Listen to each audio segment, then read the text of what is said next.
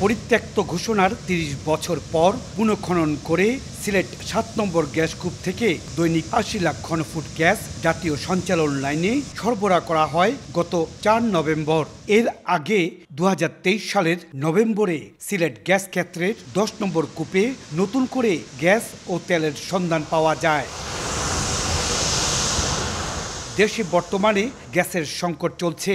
চলমান সংকট কাটাতে তেল গ্যাস অনুসন্ধানে গতি বাড়িয়েছে সিলেট গ্যাসফিল্ড কোম্পানি। চলতি বছরের মধ্যে দৈনিক উৎপাদিত ১৩ কোটি ৭০ লাখ ঘনফুট গ্যাসকে ১৬ কোটি ৪০ লাখ ঘনফুটে উন্নীতকরণের কাজ চালিয়ে যাচ্ছে বলে জানিয়েছে প্রতিষ্ঠানটি।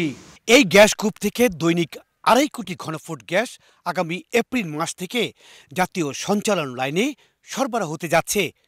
এর মাধ্যমে দেশের ক্রমবর্ধমান গ্যাসের চাহিদায় কিছুটা যোগান দিতে যাচ্ছে সিলেট ১০ নম্বর গ্যাস কূপ।